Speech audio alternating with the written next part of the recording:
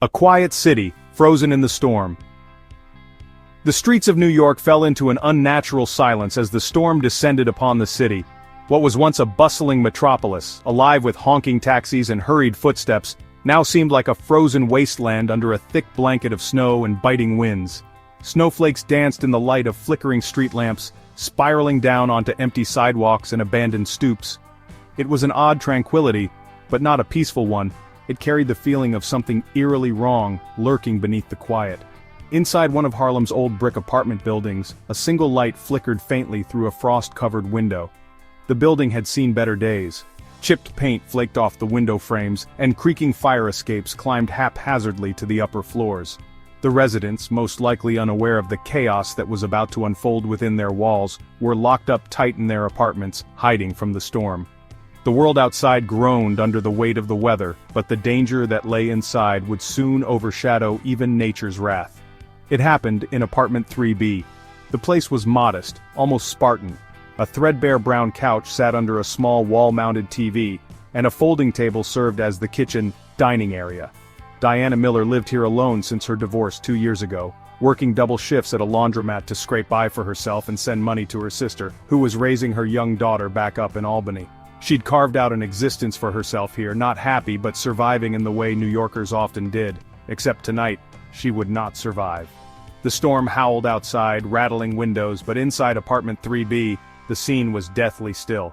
That's exactly what Officer Jeremy Cole thought when he stepped through the doorway after a concerned neighbor called in a wellness check. Even for a cop in New York City, it took seasoned resolve to remain unaffected by disturbing sights. But the scene waiting inside put a chill in Cole's spine that even the storm couldn't have conjured. "Jesus Christ," he muttered under his breath as his flashlight beam swept across the room. It landed on Diana Miller's lifeless body slumped in a pool of dried blood that stretched dark and macabre across the warped wooden floor. Nearby, a kitchen knife lay abandoned on an upturned rug, the blade stained red. To an untrained eye, maybe this would look like a horrifying but straightforward suicide. But not to Cole. The details didn't add up. Diana's hands bore what looked like ligature marks, a clear sign someone might have bound her wrists at some point, then tried to cover the traces. Her neck. There was something about the bruising that felt off too, almost as if hands had grabbed her. Strangest of all, the knife was in the wrong place. No, something here didn't feel right. "Dispatch, I need backup and forensics on site," Cole said into his radio, his voice low, shaking just slightly despite the professionalism. Possible homicide. He crouched slowly, his sharp eyes taking in every detail. The cracks in the shattered glass on the coffee table, the knocked-over chair near the kitchen counter, and the faint smell of something acrid, lingering in the air like burnt rubber. He didn't need years of experience to know someone had been here before him. The upstairs neighbor, a Mr. Isaac Turner, poked his head nervously into the hallway as other officers began arriving. I didn't know she was in trouble, officer. I only called because I saw her door cracked open and, with all this snow I just thought—" His words trailed off as his face went pale, spotting the stretcher the coroner's team was wheeling in. Cole ignored the man for a moment. He felt the familiar thrill of dread in his gut. This wasn't random. This wasn't desperation. This was something worse. The second victim. A house in chaos. Detective David Cruz rubbed his gloved hands together as he stood outside a small, battered duplex in the Bronx. The winter air didn't help his already worn-down mood. Snow littered the steps and porch of the gray, peeling house. It was one of those places you only noticed when something terrible happened. It had that forgotten look, like it had been abandoned by time and the city itself. "Second floor, Unit 2B, Officer Sarah Laurie muttered, flipping through her notebook as she stood beside him. Emily Carter, 32 years old, single mom, neighbor called in, said they hadn't seen her for 2 days and heard her kid crying this morning. When they knocked and got no answer, well, they called us." The "no answer" part, David thought grimly, was what dragged him here in the middle of this chilling, bitter morning. "Let's move," he said, ascending the narrow staircase that creaked under even the lightest of steps. Each floor smelled of faint mildew and cheap air fresheners, but by the time they reached the second level the scent changed. It was sharper, metallic, and sour. Cruz didn't need to be a forensics expert to recognize the smell of blood lingering in the air. The door to Unit 2B was ajar, swaying slightly in the draft from the stairwell. He gave it a cautious push. The scene froze them in place. "What the hell?" Lori whispered, but Cruz gestured for silence. The apartment was a disaster.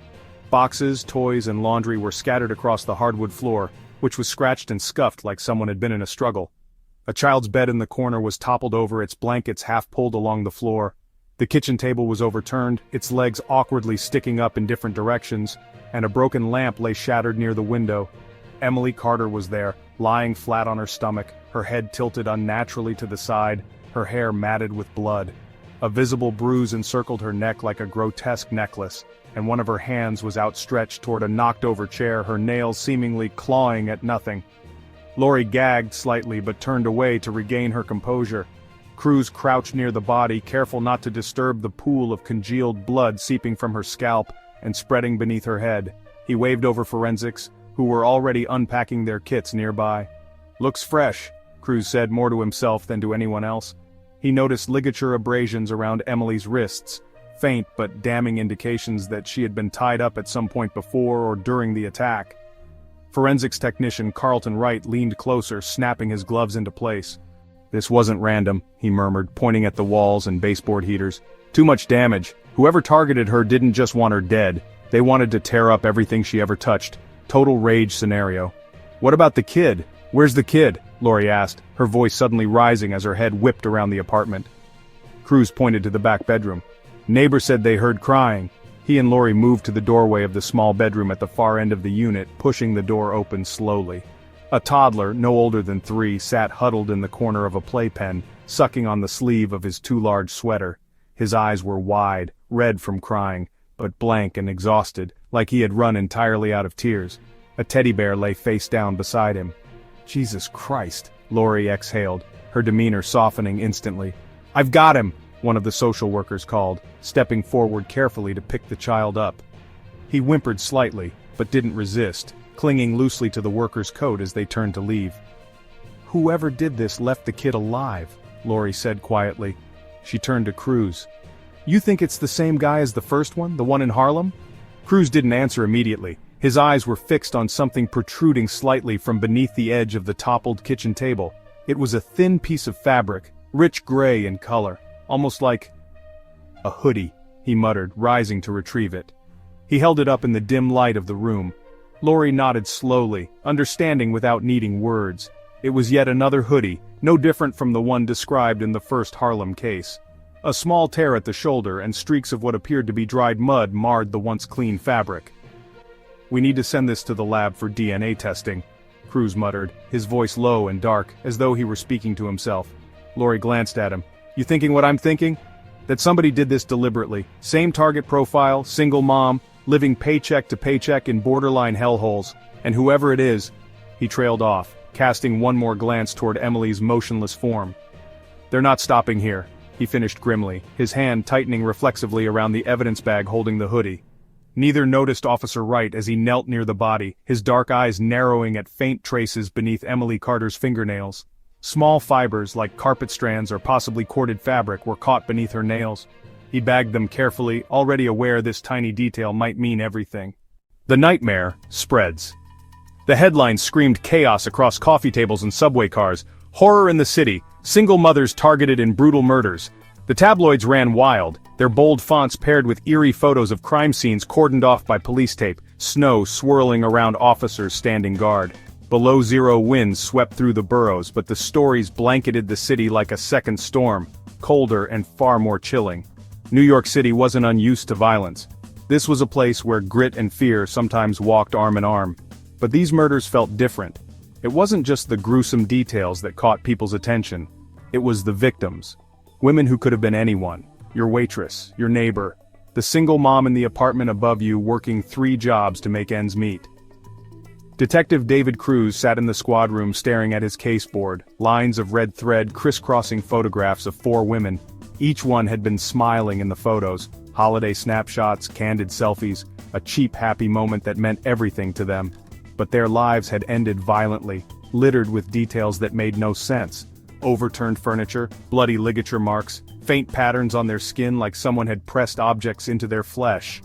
Emily Carter's file sat open on his desk, pages of statements and coroner reports splattered with coffee stains from late nights analyzing. But the file he kept picking up wasn't Emily's. It was Diana Millers, the storm's first victim in Harlem. Between the two cases were threads Cruz couldn't shake. Both women lived paycheck to paycheck in apartments that hadn't seen maintenance in years. Both had children under the age of 5. Both were killed during a snowstorm, their bodies left in homes where it looked like someone had ransacked their lives. "Anything new?" Lori asked, walking in from the cold with a shiver, her oversized scarf tangled around her neck. "Nothing but frustration," Cruz muttered. "And the press isn't helping." He pointed toward a copy of the Daily News someone had left on his desk.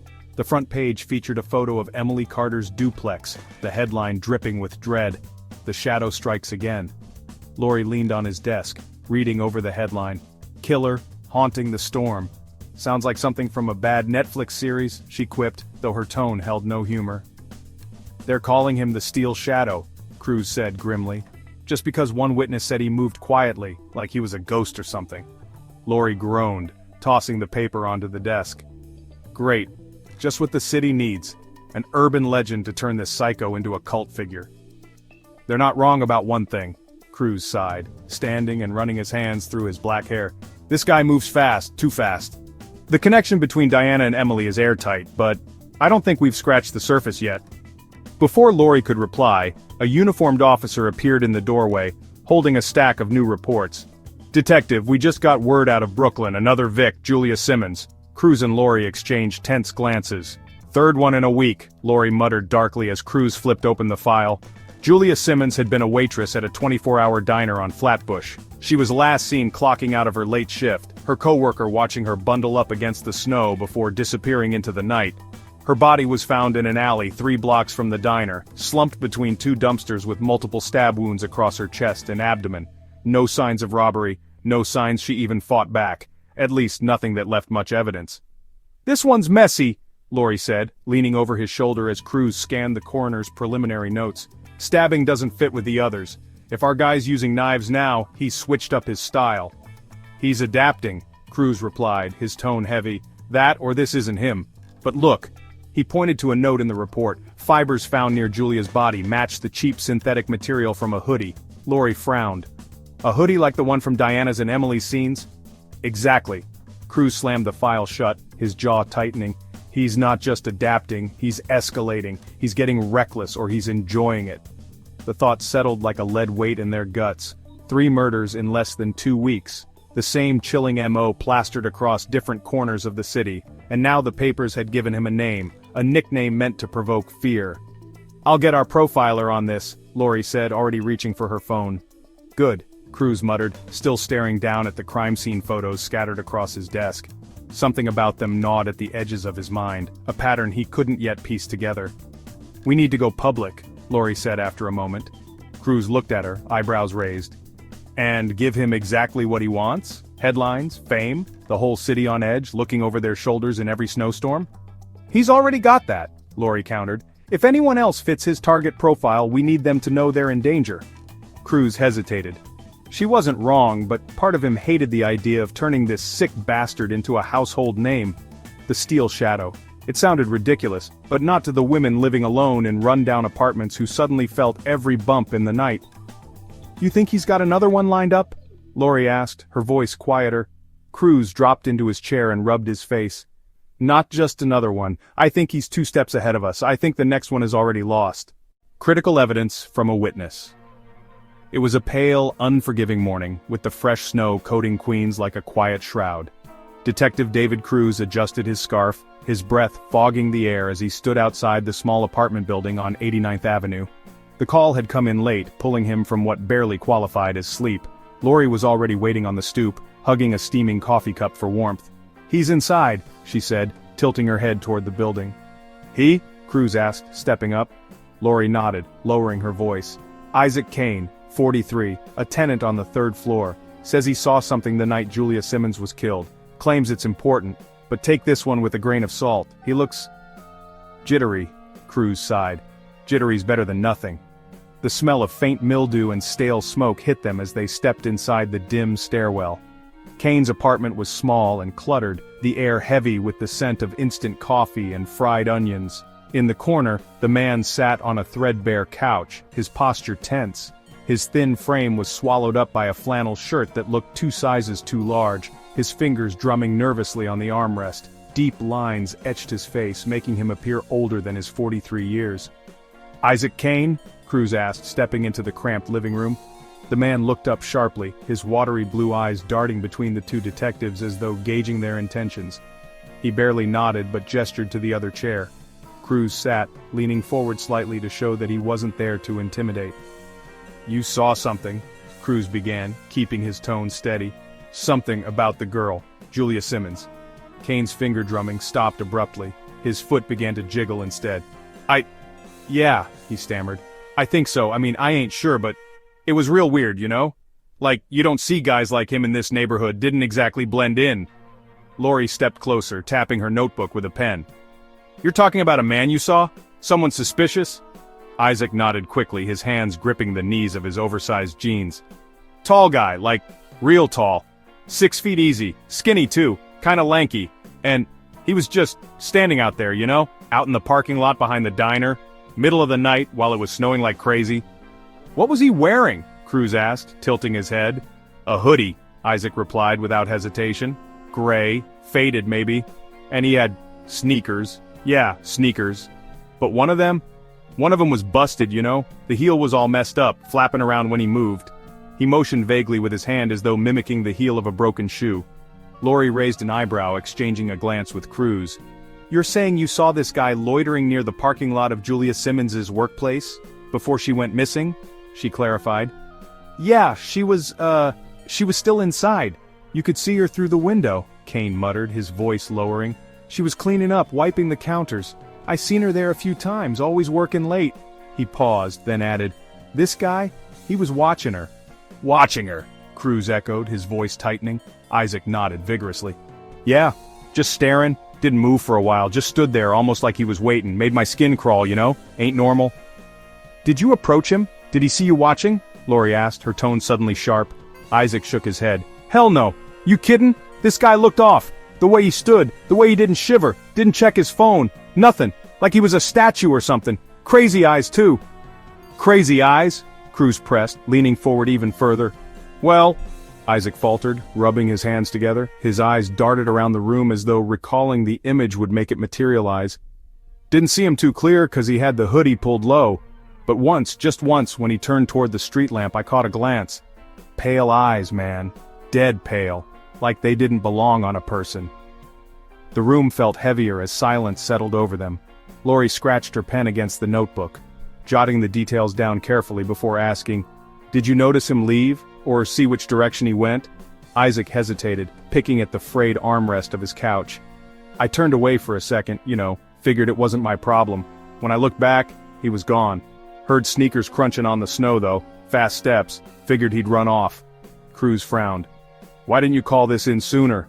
Isaac's jittering hands stilled again as a guilty look crossed his face. "Didn't think it mattered. Thought maybe the cops already had their guy, or, I don't know. But then I saw the news. The girl showed up dead, man, and I was like, shit, maybe that creep did it."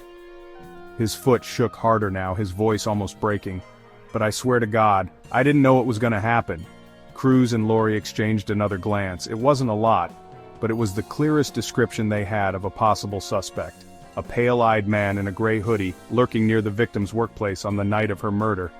"Isaac," Cruz said, his voice steady and deliberate, "you just handed us valuable information. This could be what breaks the case." The man's face softened, relief washing over his features. "You think so? You think it'll help?" "It's a lead," Cruz replied, standing up. "And in this mess, leads are everything." "That detail about the shoe," Lori added. "That could match prints we found at other scenes." Isaac swallowed hard, nodding again as Cruz and Lori made their way to the door. Before they left, Cruz paused, meeting the man's nervous gaze one last time. "If you see anything or anyone like that man again, you call us. Right away, got it?" Yeah, I got it," Isaac mumbled, pulling the flannel tighter around himself. Stepping back into the cold, Lori exhaled heavily, the cloud of her breath dissipating in the freezing air. "Tall, skinny, gray hoodie, broken shoe, pale eyes. What do you think?"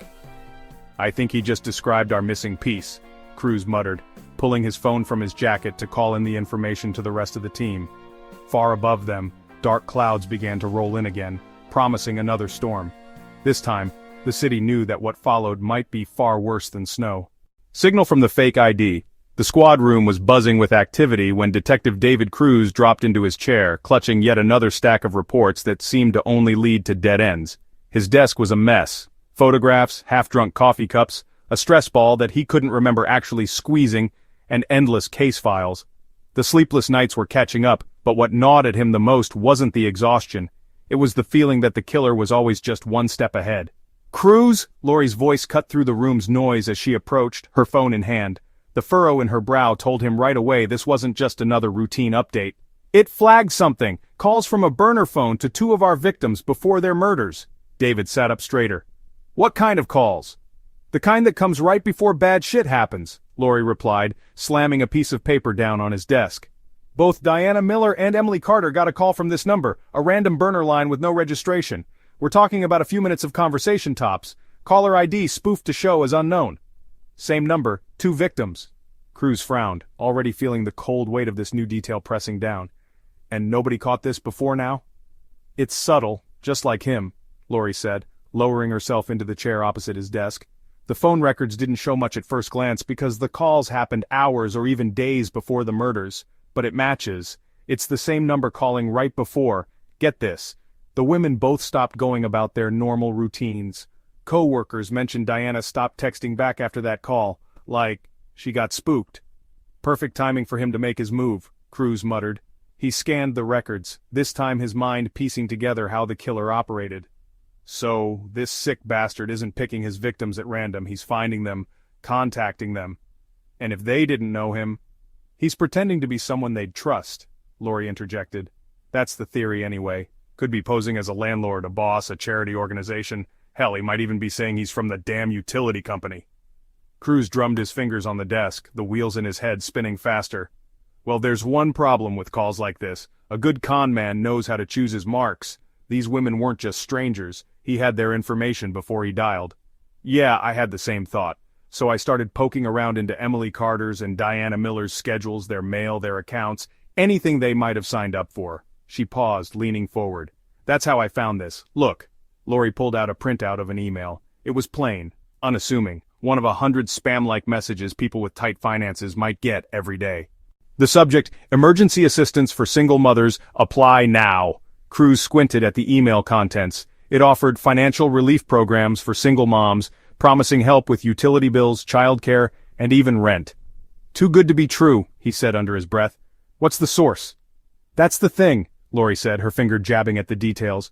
"The email's phishing link opens a fake government-looking site. It asks for basic info, name, phone number, address, but the domain's registered nowhere. It's just smoke and mirrors." Cruz leaned back in his chair, running a hand through his dark hair. "So they fill this in, probably desperate for a break, and just like that, he's got everything he needs to find them." "Exactly," Lori nodded grimly. "Diana and Emily both filled it out. We don't know how many more might have done the same. He's building profiles. Single, financially vulnerable, isolated mothers, all living in areas where people might not bat an eye if a neighbor goes quiet for a week. He's stalking them before he even meets them," Cruz said, the realization hitting heavier now. "Using their own desperation against them." Lori let out a deep sigh. "It gets worse. It thinks this guy isn't just calling with generic small talk, he's baiting them, pretending to represent the program they applied for. "Hi, I'm with the Emergency Assistance Fund. We're just verifying your information." Or hell, maybe he's saying they want a grant or job training. It's the perfect hook. And once he hears their voice, their situation, he knows they're exactly what he's looking for, Cruz finished darkly. The two of them sat in silence for a moment, the weight of it all sinking in. It wasn't just random anymore. Diana and Emily, and quite possibly even Julia, weren't just victims of a spree killer. They were targets being hunted after being manipulated into revealing themselves. Lori finally broke the silence. "There's one more thing." She hesitated, as if saying it out loud would make it worse. "All 3 of them got those calls, but there's a 4th number on the call log." Cruz narrowed his eyes. "He's already got a new target?" Lori nodded. "Mary Thompson, single mom, Midtown. The same number called her just yesterday. 4 minutes. Cruz snapped to attention, rising from his desk so quickly that his chair nearly toppled backward. "Where is she now?" "She's still alive," Lori said firmly, rushing to keep up as Cruz moved toward the door. Based on these records, she got spooked, but she's still going about her day, probably doesn't know how serious this is. We're not going to lose her, Cruz said through gritted teeth. Call her. In fact, get a team to her right now. If this bastard's plotting his next move, we'll make damn sure it's his last. The fourth victim, trails of blood. The snowfall had stopped sometime early that morning, leaving a cold, crisp silence hanging over the parking lot behind a strip mall in Lower Manhattan. A single streetlight buzzed faintly, casting a pale yellow glow over the scene. The stark peace of the snow-covered lot was shattered by the grim reality crouching at its center, a cordon of bright yellow crime scene tape, enclosing the lifeless body of Sarah Lopez. Detective David Cruz stood just beyond the tape, arms folded tight against his chest. His eyes scanned the perimeter, taking in the salted concrete, the crumpled fast food wrappers blown against the corners of nearby dumpsters, and the bloody smears trailing across the hood of a silver sedan. Another single mom, Lori said softly as she approached, her breath forming clouds in the freezing air. She motioned toward the coroner's team crouched near the body. 35. Worked part-time at a laundromat, trying to make ends meet. Seems to fit the profile, Cruz mumbled, though the grim tension in his jaw made it clear he wasn't happy about that fact. The victim, Sarah Lopez, lay on her back, her face pale beneath a smear of blood that ran from her temple to her left cheek. Her jacket was slightly torn, revealing a thin blue hoodie underneath, the hood yanked back as though she had been grabbed from behind. We're looking at ligature marks again, Lori continued, flipping through her notebook as she read off the details from the coroner's preliminary assessment. Wrists are bruised, and there's clear evidence of restraint. She fought hard though, nails broken, skin under them. DNA? Cruz asked sharply, his eyes snapping to Lori. They're bagging the samples now, Lori replied, but get this, she wasn't killed here. That made Cruz pause. What do you mean?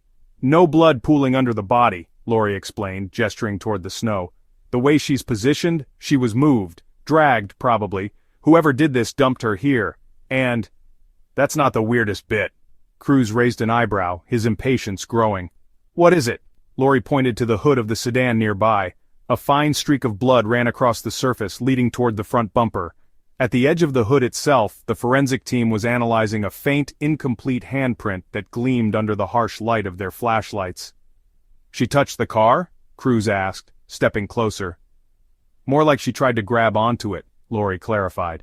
The handprint smudged, but forensics is saying there's enough detail in the fingertips to start pulling a match. And guess what? It's not her blood. Cruz clenched his jaw. It's his, Lori nodded.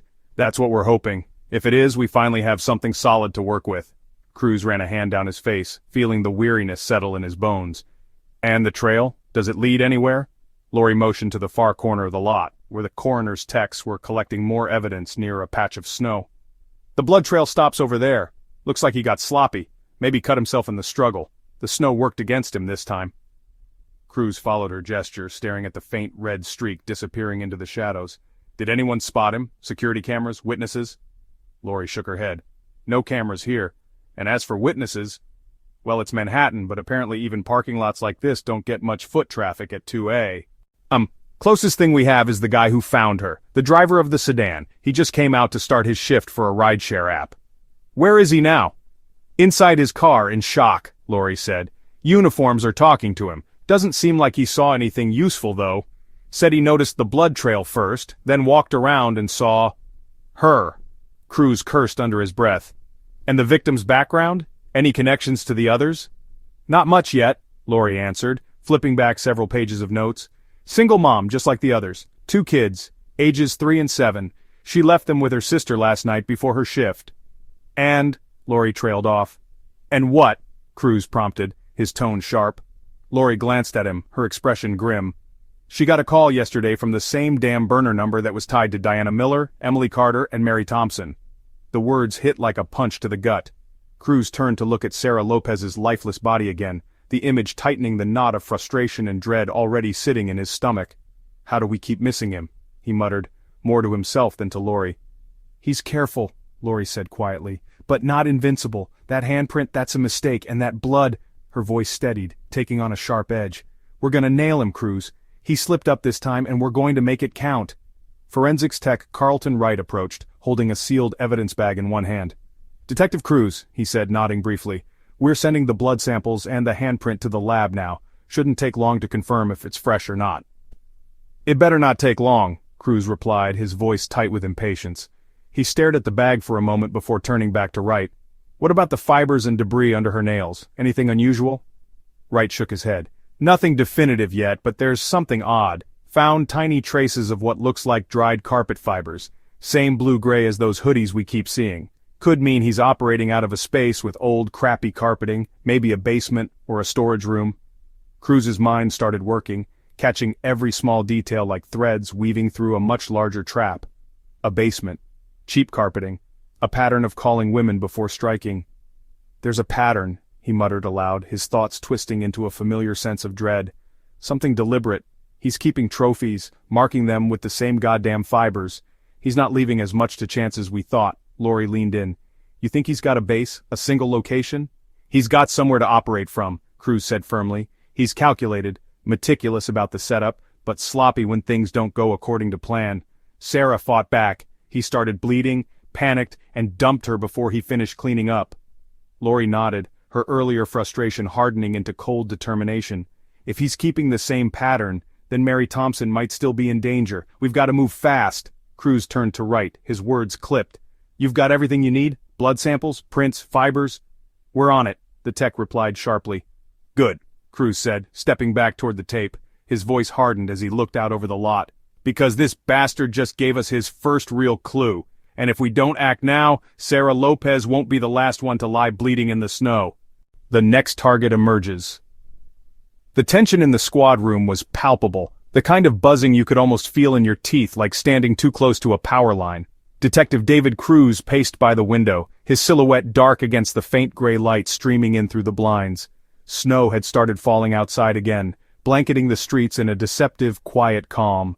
Inside, the storm brewing was anything but still. Lori marched toward him, her phone in hand, her face set in a look he didn't like, half frustration, half dread. Without a word, she slapped a printout onto his desk, the kind of silent communication they'd perfected over years of working together. He stopped pacing and leaned over the document. Mary Thompson, Lori said bluntly, finally breaking the silence. Cruz's brow furrowed. He scanned the name, the accompanying photo of a woman in her late 20s with kind eyes, but a weary half-smile, the usual telltale signs of a single mom struggling to hold things together. She fits, Lori continued. 31, working 2 jobs, one as a receptionist downtown and the other cleaning offices overnight.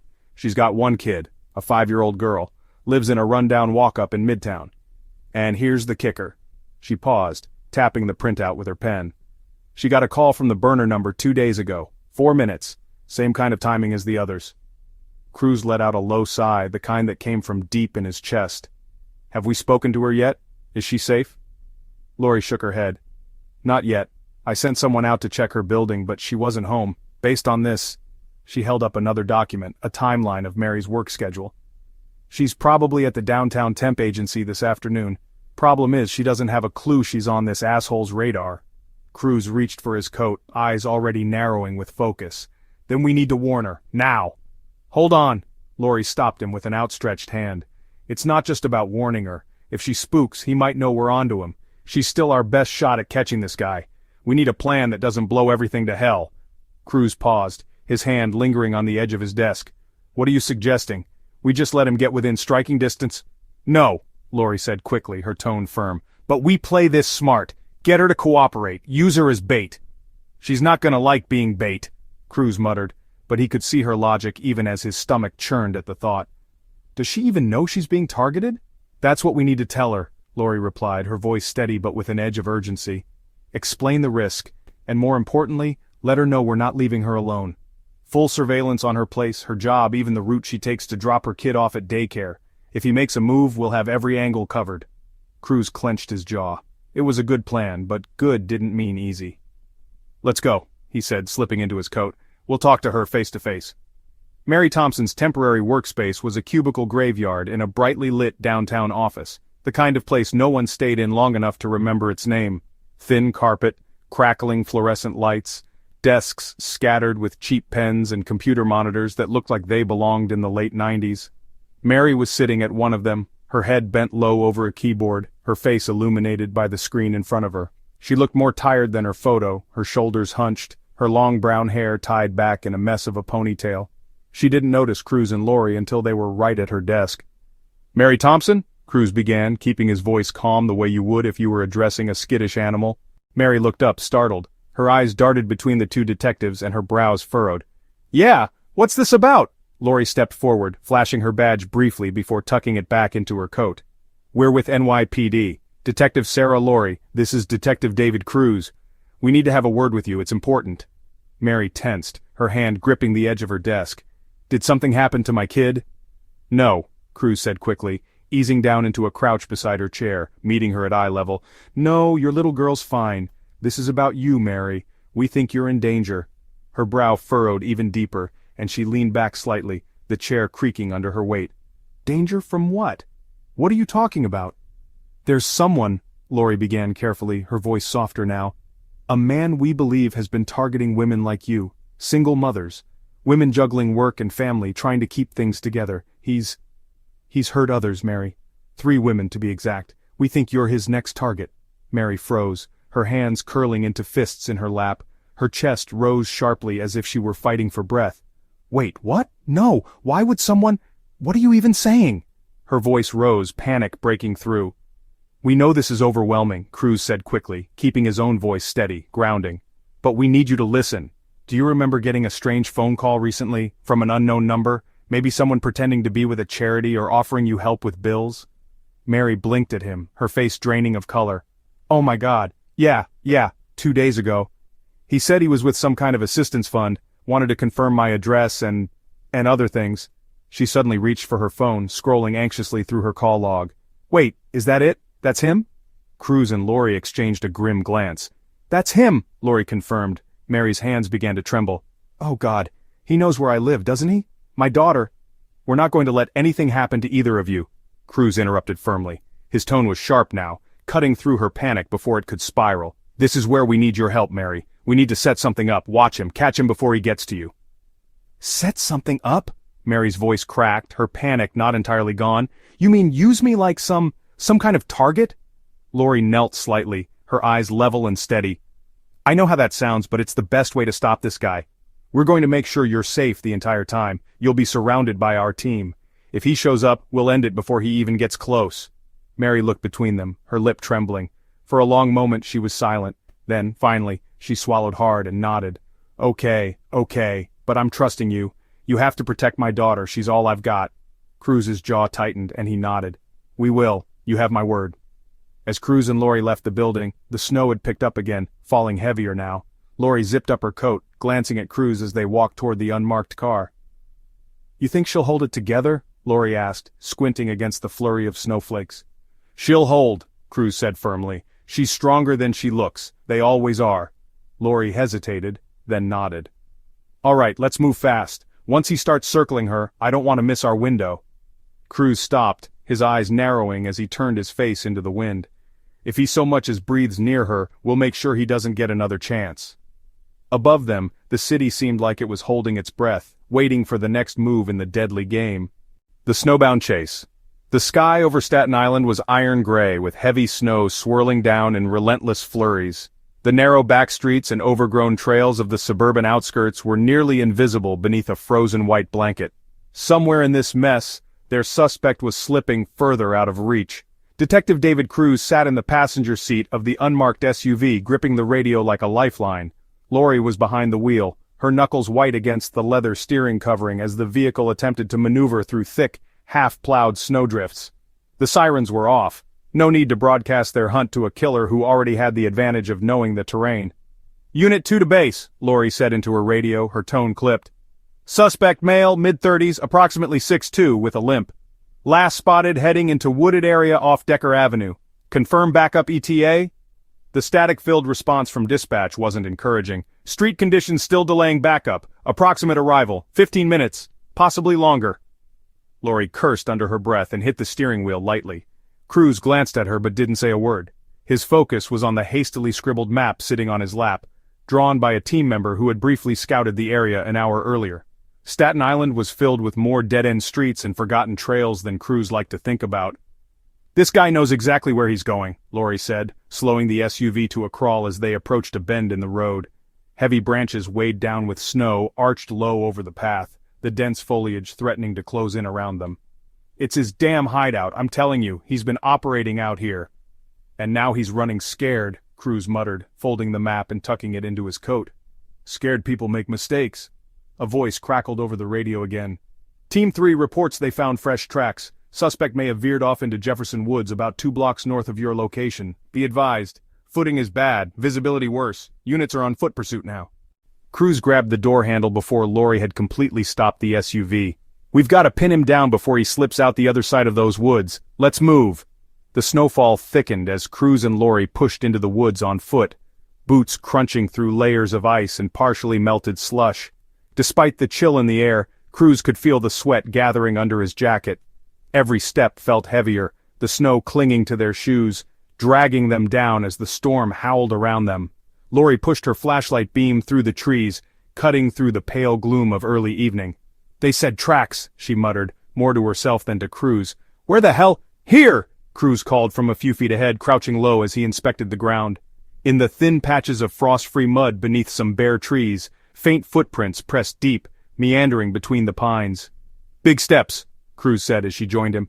"Looks consistent with a tall guy running for it. And there." He pointed ahead, where the prints vanished into deeper snowdrifts. Lori blew a heavy breath, her voice clouding around her. "I hate Staten Island, I really do." Cruz rose to his full height, checking his holster out of habit. "The creek's up that way, isn't it? If he knows these woods, he'll hit the creek to throw us off his trail," Lori finished, already turning in the direction of the water. "But not if we catch him first." The sound of the rushing water came to them before they reached it. A thin, half-frozen creek ran jagged through the woods, its icy surface broken in places by dark patches where the current still ran wild. Above it, the remnants of an old pedestrian bridge sagged to the left, nearly buried in snow. "Tracks double back over here!" Cruz shouted, his breath ragged as his flashlight beam danced over the beginning of the bridge. It was slick with snow, a perfect death trap, one wrong step away from plunging into the freezing water below. Lori's hand went to her gun. "He wouldn't—" she started, but then froze as her eyes caught movement above them. At the far end of the bridge, a dark figure emerged from the tree line, its silhouette sharp and gaunt against the backdrop of more falling snow. The gray hoodie, flapping slightly in the bitter wind, left no doubt. Cruz's voice snapped like a whip. "Victor Kane! NYPD! Stop right there!" The figure hesitated, just for a second, then bolted back into the trees, his footfalls echoing on the brittle wood of the bridge. "Go!" Lori shouted, already taking off. The chase was brutal. Snow crunched and trees blurred past as Cruz and Lori pushed after him, their flashlight beams bouncing wildly ahead. Kane was fast, or maybe just desperate, but the erratic sound of his steps suggested the limp was slowing him down. Twice Cruz spotted him stumble on uneven ground, his tall, wiry frame barely recovering as he lurched back into motion. "Circle him off!" Lori called over her shoulder, already dialing her phone mid-run. She barked orders into it before whipping it back into her coat pocket. "Team 4's cutting him off west side, he's boxed!" "Corner doesn't mean caught!" Cruz growled, his knees protesting every uphill sprint as they gained on Kane's retreating figure. When Kane broke through the tree line onto a narrow, open slope ahead, it all clicked. Cruz slowed just enough to take in their surroundings. The drop of the hill into a housing complex parking lot below, the makeshift trails Kane was suddenly favoring over obvious paths. "He knows this route!" Lori veered slightly west as she shouted back, "Of course he does! This isn't his first trip out here, Cruz!" The snow beneath Kane suddenly gave way. He flailed for balance, tumbling sideways into a short ditch. It gave Cruz and Lori their opening. Drawing his gun, Cruz moved in first, the muzzle up and steady even as Kane clawed at the ground, pulling himself out of ankle-deep snow and mud. "Stop right there!" Cruz barked, his voice cutting through the night like iron. For a moment, Kane froze. His chest heaved, breath clouding thickly in the air, sloppy and uneven, just like the rest of him. His hoodie was torn at the shoulder now, exposing pale skin smeared with blood, whether his or someone else's, Cruz couldn't tell yet. Lori caught up, her own weapon already drawn. "You're done, Kane!" she snapped. "Hands where we can see them!" Kane didn't comply. Instead he shifted his weight just a fraction, his eyes darting back toward the trail they'd just come from. "Don't even try it!" Cruz warned, stepping closer, his boots crunching against the snowpack. "You've got nowhere left to run, you hear me? This is it!" For a moment, Cruz thought Kane might give in. His shoulders slumped slightly, his hands dropping away from his sides as though he were resigning himself to the inevitable. But then it happened. In a blur of motion, Kane lunged forward, one hand suddenly producing the glint of steel. A knife. Lori didn't hesitate. Her leg shot out in a clean, sweeping motion, catching Kane hard at the knees and sending him sprawling backward onto the snow-covered ground. He let out a sharp grunt as the blade skittered away, landing harmlessly in the ditch. "Don't move!" Lori barked, pinning his shoulders into the snow with her boot as Cruz quickly cuffed his hands. Kane didn't fight. At that point it was over. His lips moved faintly, breathless and freezing, though the words were too faint to catch. Cruz leaned closer briefly, but the look in Kane's pale eyes was what stayed with him, cold, empty, and utterly detached. Looking up at Lori, Cruz gave a curt nod. "We've got him." Lori exhaled deeply, her weight shifting as she stepped off Kane's chest. "Yeah, but at what cost?" She scanned the woods behind them, the snow now falling harder. "Now we find out what else he's been hiding." The blizzard was raging by the time they got Kane into the squad car. But even as the storm closed in and cold seeped through to their bones, Cruz couldn't shake the feeling that it wasn't over. Kane might have been captured, but the nightmare he'd created, that was still unraveling. Switching the trap police bait, the killer. The precinct's briefing room was alive with quiet murmurs, the faint hum of an old overhead projector filling the air alongside the occasional shuffle of papers and squeak of chairs. Detective David Cruz stood at the front, leaning against the edge of the desk, a cup of stale coffee in his hand, and a map of Midtown displayed on the screen behind him. The tension in the room was palpable, the kind you get before a high-stakes operation where one wrong move could cost dearly. Lori entered, her arms full of case files, eyebrows furrowed in determination. She plopped the pile onto a nearby desk and glanced at Cruz. "You ready to pitch this?" "As ready as I'll ever be," Cruz muttered. He turned back to the room, scanning the faces of his team. Uniforms sat hunched in their chairs while plainclothes detectives stood shoulder to shoulder in the back, all eyes on him. "All right, listen up," Cruz began, setting his coffee aside. "This guy, our guy, has been one step ahead of us for weeks. He's elusive, he's calculating, and he's targeted at least 4 women that we know of. But after slipping up during the Lopez case, he's rattled. Not invincible anymore." He paused, letting the room settle, letting the weight of the words sink in. "We got a shot at ending this, tonight." "And how exactly are we planning on doing that?" Officer Parsons piped up from the back, arms crossed. "Last we checked, this creep doesn't just walk into diners flashing an ID, he hides, kills, and walks away clean." "That's what we're changing," Lori interjected, stepping forward. She clicked a button on the remote she held and the projector shifted to an image of Mary Thompson. Her face, tired but determined, filled the screen. "This is Mary, she fits his victim profile. Single mom, scraping by with 2 jobs. She's already had contact with him, got the phone call 2 days ago claiming to be from that emergency assistance fund. He has her address. He's circling, which means he's going to make his move soon," Cruz finished, stepping back into the spotlight. The murmurs started low and spread through the room like wildfire. A few officers exchanged uneasy glances. Parsons leaned forward in his seat. "You're not saying what I think you're saying, are you? You're not putting her out there. This isn't some damn Hollywood movie, Cruz." Cruz's jaw tightened, but Lori jumped in before he could shoot back. No, we're not putting Mary in harm's way. She's fully briefed and everything's under control." She pointed to the map behind her. "Here's the plan. Mary goes about her normal routine today. This afternoon she picks her daughter up from daycare, goes home and gets ready for her evening shift. A task force will be covering her apartment, the daycare, and her route." She clicked again, and the map lit up with red dots marking surveillance points. "So what then?" another officer asked.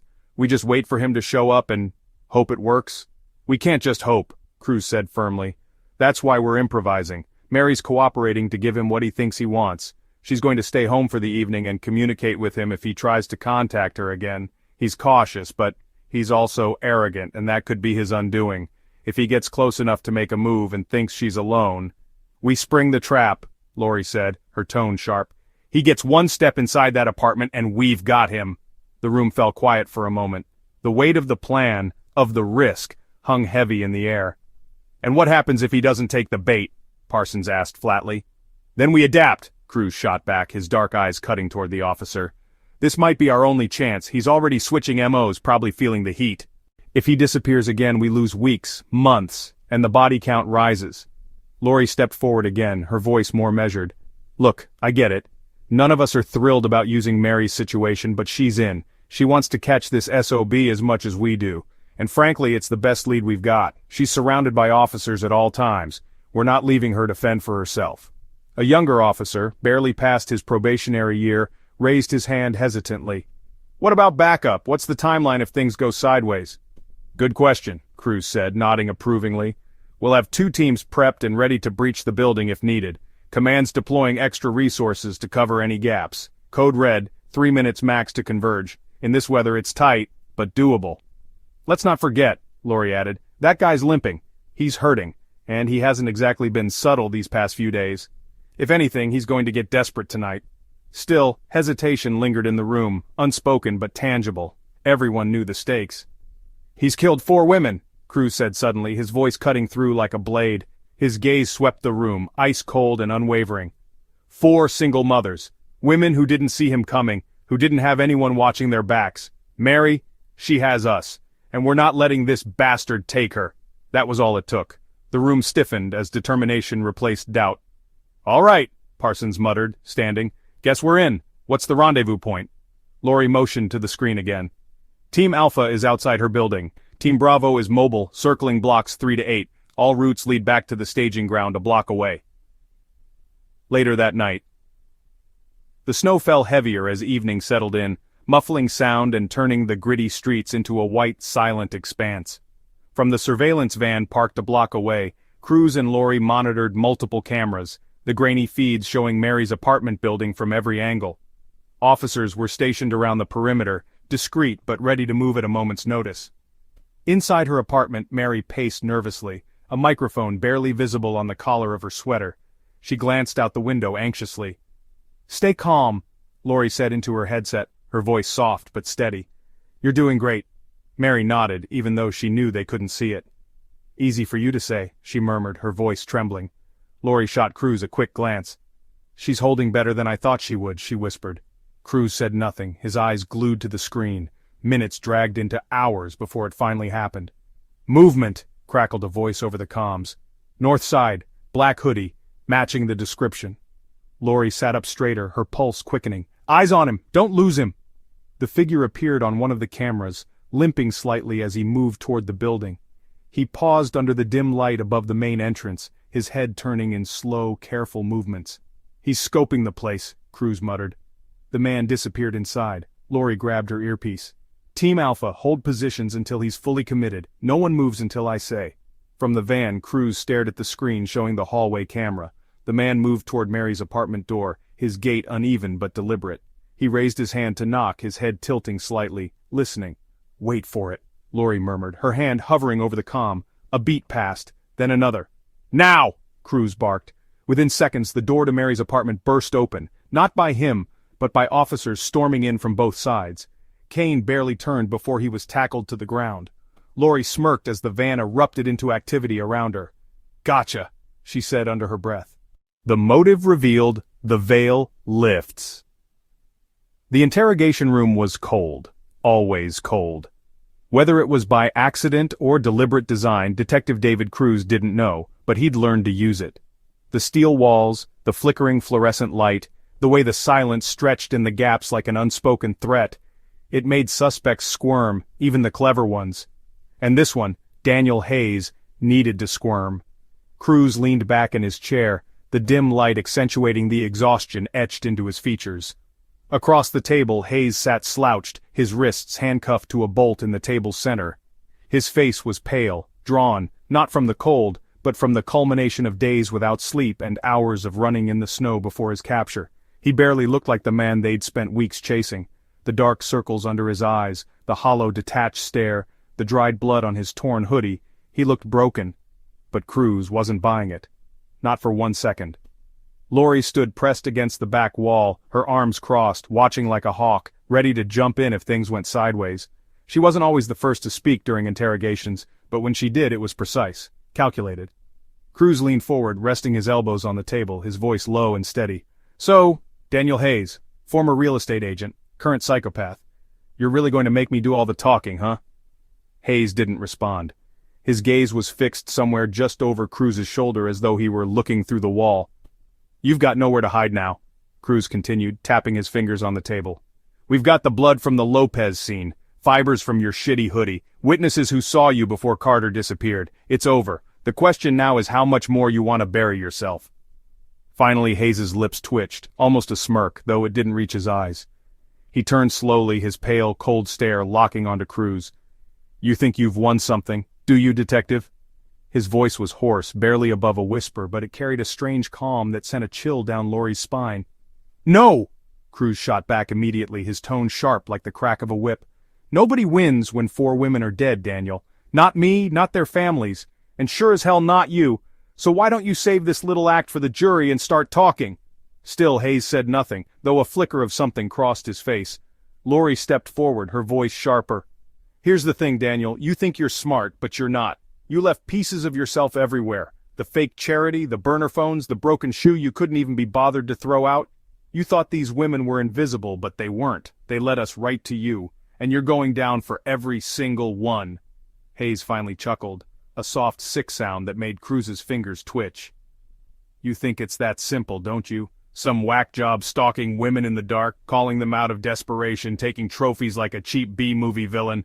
He leaned back as far as the cuffs would let him, closing his eyes briefly before looking at Lori. You've got it all figured out, huh? Does that make you feel safe? The sudden venom in his tone caught Lori off guard, but she didn't flinch. Safe has nothing to do with it, Hayes. What we care about is the truth, the real reason you did this. Whatever led you to ruining 4 lives, and your own. Hayes cocked his head, blinking slowly. The truth, huh? All right then. He turned his attention back to Cruz, his lips pulling into something between a smile and a snarl.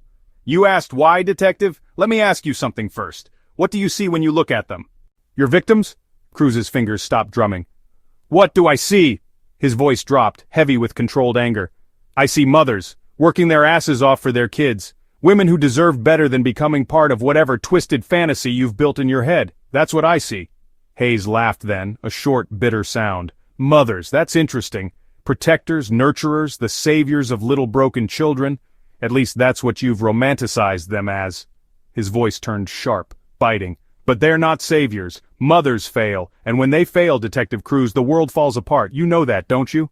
Lori stiffened visibly at his words, glancing briefly at Cruz, who had gone deathly still. His dark eyes narrowed as he studied Hayes. You seem awfully familiar with failure, Daniel. What happened? Did Mommy not love you enough? That hit a nerve, finally. Hayes's jaw clenched, his nostrils flaring as his eerie calm cracked just enough to show the roiling anger beneath. She didn't fail me, he ground out. She failed him, my kid brother.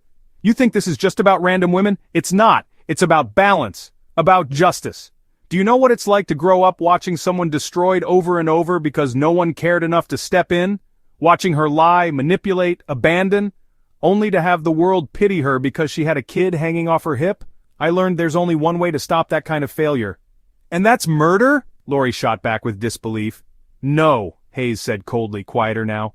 It's erasure. Wipe them out before they can do any damage, before their desperation spreads into someone else's life. Cruz tilted his head slightly, his voice now like ice. This isn't justice, Hayes. This is you projecting your failures, your pain, onto women who had nothing to do with it. Diana, Emily, Julia, Sarah, they didn't fail anyone. They were working their asses off to survive. What the hell gave you the right to play judge, jury, and executioner? Hayes smiled again, chilling and detached. I didn't play anything. I was the remedy. They were broken, walking piles of mistakes waiting to happen. I just stopped them before it could ripple. Lori took a sharp breath, trying to contain the seething rage bubbling in her chest. Cruz met her eyes briefly, the same dark fire burning in his own. You're wrong, Lori said finally, her voice shaking slightly with barely restrained fury.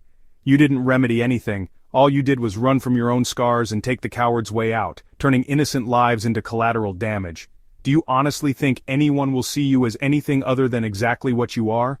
A murderer who destroyed families? Hayes shrugged slightly, indifferent now. Think what you want, they're gone, that's what I care about. Cruz leaned forward suddenly, the force of his presence pressing down on Hayes. You're done, Hayes. We've got a mountain of evidence and your sorry confession. No one's going to look at you the way you think they will. You're not a savior or a remedy or whatever bullshit you've convinced yourself of. You're just another loser who let his pain fester and rot until it consumed him. And that's what they'll see, a killer with a broken shoe and delusions of grandeur. For the first time, Hayes didn't have a response. He stared at Cruz for a long moment, his jaw tight, his body rigid. He looked away only when Lori leaned down, her face inches from his. "Justice isn't just about catching you," she whispered, her voice like steel. "It's about letting your victims' voices finally drown out yours." Hayes didn't look at her again. "Justice is served."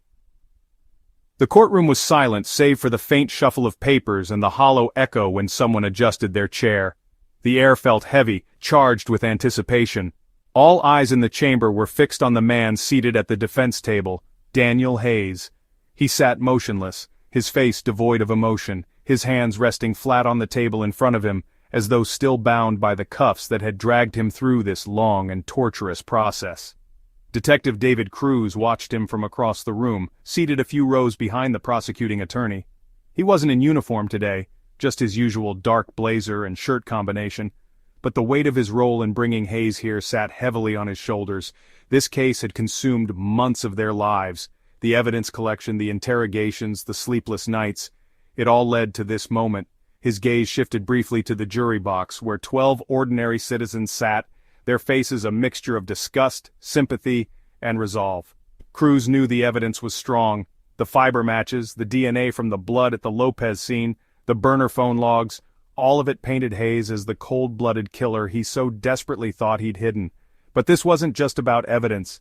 This was about justice for Diana Miller, Emily Carter, Julia Simmons, and Sarah Lopez, the women whose stories had been silenced too soon. Lori sat next to him, her arms crossed tightly against her chest. She didn't speak, but Cruz could feel the tension radiating from her. "I swear," she muttered under her breath, leaning slightly toward him, "if he tries to pull that righteous savior act here, I'm not sure I'll be able to keep my mouth shut." Cruz smirked grimly, his eyes never leaving Hayes. "He won't. His attorney's too smart for that. But that doesn't matter. He's already nailed Lori. This is just the final nail in the coffin." The judge, an older woman with silver hair and sharp, assessing eyes, entered the courtroom. Everyone rose automatically, the shuffle of feet breaking the silence. "Be seated," she commanded, her tone calm yet authoritative. She adjusted her glasses and glanced at the prosecutor. "Does the state have any final argument before the verdict is delivered?" The lead prosecutor stood, a sharp, polished woman named Janet Morales who had built her reputation on taking high-profile cases and winning them. Her voice was calm, but carried the weight of every piece of evidence, every victim, and every ounce of humanity that had gone into this case. "Your Honor, members of the jury," Morales began, stepping out from behind the table. "Today is not just about the prosecution of a killer, it's about acknowledging the lives of 4 women who were stolen from this world. Diana Miller, Emily Carter, Julia Simmons, Sarah Lopez. These were not statistics. These were women with hopes, dreams, children, and futures. They were taken from us because of the delusions of this man." She turned sharply, pointing toward Hayes at the defense table. "He claimed he was helping. He claimed he was bringing balance. But what he really brought was destruction. He manipulated vulnerable women, discovered their fears and their weaknesses, and then used those against them. He ended their lives not out of necessity, but because of his own twisted ideals of justice, a justice that served no one but himself." Morales stepped closer to the jury, her voice lowering to a near whisper that pulled everyone further into her orbit. "You've heard the evidence. You've seen the photos. You've listened to the confession, cold and remorseless. The women targeted by Daniel Hayes were mothers, fighters. They were doing everything in their power to create better lives for their children. And in their final moments, they fought desperately to survive, not just for themselves, but for the loved ones who relied on them." She straightened, her voice hardening. "Now it is up to you to ensure that their voices, their lives, have meaning beyond the evil that ended them. Justice demands accountability. The lives stolen by Daniel Hayes deserve nothing less than a full and unrelenting recognition of his guilt. We ask you to deliver that justice." Cruz watched as Morales returned to her seat, her face composed but her hands gripping her files tightly. Lori leaned over to him again. She crushed it. "No way the jury doesn't come back with guilty." Before Cruz could respond, the bailiff's voice rang out, "All rise for the jury!" Tension filled every corner of the courtroom as the jurors filed back into their seats. Cruz's heart thudded in his chest, though his expression betrayed nothing. He glanced quickly toward the back row, where the families of the victims sat huddled together. Some were holding hands tightly, others had their eyes red from tears that hadn't quite dried. The judge turned to the jury foreperson, a middle-aged man whose hands were trembling slightly as he held the slip of paper. Has the jury reached a unanimous verdict? Yes, Your Honor, we have, the man replied. Please read the verdict. The moment stretched for what felt like an eternity. Cruz could almost hear Lori holding her breath beside him as the foreperson cleared his throat. In the case of the State of New York versus Daniel Hayes, on the charge of first-degree murder for Diana Miller, we find the defendant guilty. The word guilty echoed through the room, followed by 3 more for each victim. Diana, Emily, Julia, Sarah, each name met with the same verdict. Cruz felt the weight lift off his chest just slightly. Lori exhaled audibly, her jaw tightening as she nodded once. But it wasn't over yet. The judge addressed the courtroom, her voice measured. Given the severity of these crimes and the calculated nature in which they were carried out, the court will now impose sentencing. She adjusted her glasses, her gaze falling directly onto Hayes. Daniel Hayes, you have taken from us what can never be returned. You have silenced futures, stolen mothers from children, daughters from parents. Justice does not bring them back, but it demands a reckoning. This court sentences you to life without the possibility of parole. May the weight of your actions follow you into every day of your existence. There was no outburst, no grand moment of emotional release, just quiet relief as the families of the victims hugged each other tightly. Cruz and Lori stood, both looking over at the grieving families. He's done, Lori said softly. Yeah, Cruz replied, but their pain isn't. Lori nodded, glancing toward the back of the courtroom where Sarah Lopez's sister sat, clutching a framed photo of Sarah and her children. 2 weeks later, Cruz stood outside the precinct on his usual caffeine break, the winter chill still biting down on the city. Lori joined him, 2 steaming coffees in hand. She handed one over without a word. Longest case I've worked in years, Lori said finally, breaking the silence. But it's over, Cruz said, taking a sip of his coffee. Lori smirked. You think it is? You saw those families in court. It doesn't really end for them, you know. Cruz nodded slowly, his gaze focused on the traffic below. No, it doesn't, but at least now they know. They know the man who took their loved ones doesn't get to walk free or hurt anyone else. Lori leaned her back against the cold brick of the precinct wall. You think it means something? That this kind of justice actually counts? It has to, Cruz replied. Otherwise, what the hell are we even doing here? Lori nodded, and for the first time since the case began, they drank their coffees in silence. Above them, the city carried on, as it always did. Snow beginning to fall lightly again, nature's quiet way of wiping the slate clean. The recovery of the community spring had begun to push winter to the sidelines, but the chill of what Daniel Hayes had left behind remained, lingering over the community like a shadow. The precinct was quieter now, no pressing leads, no new victims, no ticking clock pushing them toward the breaking point. In its place was the aftermath, the survivors, the families, the community. Detective David Cruz sat at a corner table in a modest coffee shop near Harlem, stirring sugar into a steaming cup. Across from him sat Sarah Lopez's sister Carmen. She was clutching the same photo she'd held in court, Sarah's radiant smile as she held her little boy and girl. But Carmen's face now had the beginnings of something Cruz hadn't seen in months. Peace. Not full peace, but enough to lean on. I wanted to thank you, Carmen began, her voice steady despite the tears threatening to choke her words. She looked Cruz in the eye, her gaze firm. And your partner too. For not stopping, for not letting him walk away. Cruz set his spoon down, his dark eyes softening as he leaned forward. We didn't do it alone, he replied quietly. We could have worked every hour of every day, but without you, and without the courage of women like Mary, this case doesn't end. You all kept fighting, even when it felt impossible. Carmen shook her head slightly, her lips quivering. I don't feel brave, I feel broken. My nephews, they still ask when their mom's coming back. How do I explain something like this to a 4-year-old? Her fingers tightened around the photo. Cruz didn't answer immediately.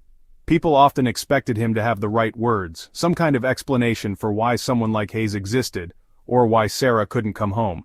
But in moments like this, he didn't have an answer.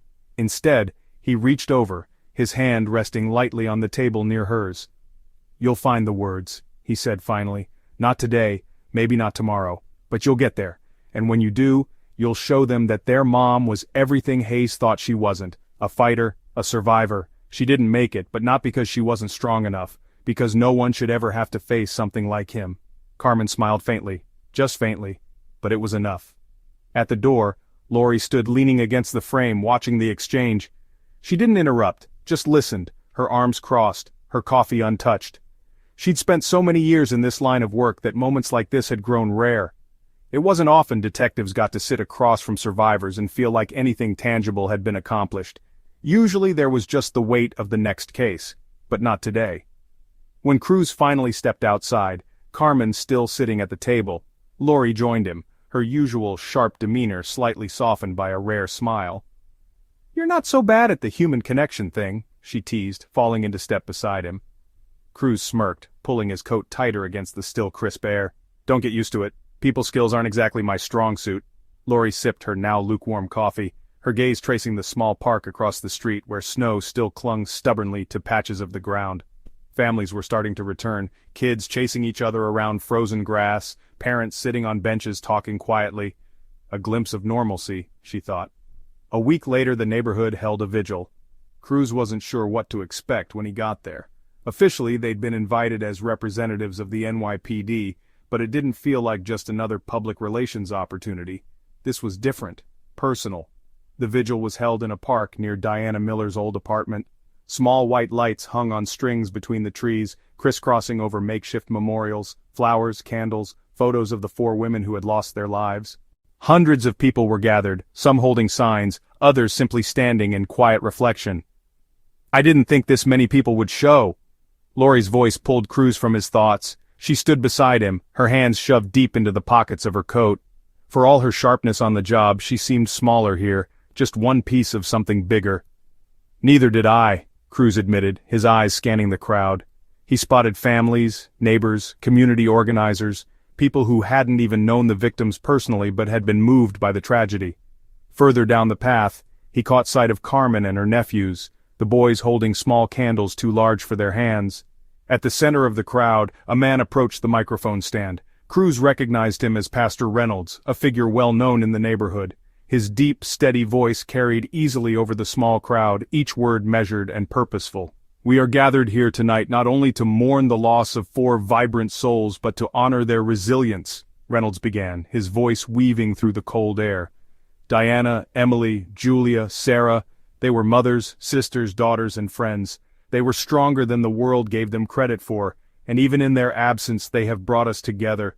They have reminded us of the power of community, of standing up for each other, of saying, "Not in our streets, not in our homes, no more." The crowd murmured in quiet agreement, heads nodding. At one point Mary Thompson stepped up to speak. Her voice was quieter, hesitant at first, but steadier as she continued. "I want to thank all of you for showing up, for remembering us, for remembering them." She gestured toward the photos behind her. "There was a time when I thought no one cared, that women like us would always be invisible, struggling to stay afloat without anyone noticing, but I was wrong, you all noticed, and because of that this city is just a little safer tonight." Her words sent ripples through the crowd, a mixture of applause and silent tears. It didn't end there. In the months following Hayes' conviction, local organizations rallied to provide more resources for single mothers. Churches, community centers, even small businesses pitched in to create safe spaces, offer free childcare, and organize neighborhood watches. Programs were launched to help women struggling to make ends meet find housing, stable jobs, and support networks. These women might have been targeted because they seemed vulnerable, one community leader said at a rally. But Hayes underestimated one thing about this city: we take care of our own. Cruz and Lori watched the rally from a distance, not wanting to draw attention to themselves. As the crowd chanted and cheered, Lori glanced sideways at Cruz. "You think it'll stick, or is this all just for show?" "It'll stick," Cruz said without hesitation, his voice firm. "People are tired of looking the other way, of letting someone like Hayes think he can just do whatever he wants and walk away. They'll make sure of it." Lori raised an eyebrow. "You're surprisingly optimistic for a guy who barely smiles." He shot her a dry look. "Don't make me regret it." She laughed, the sound rare and genuine. "All right, Cruz, let's call it progress." In every park, in every apartment complex, in every corner of the city where Hayes' shadow had once loomed, there was light. Not perfect, not complete, but enough to start again. And for Cruz and Lori, for Carmen and Mary, for Diana's, Emily's, Julia's, and Sarah's families, the recovery wasn't just about rebuilding what had been lost, it was about making sure it couldn't happen again, and it was working.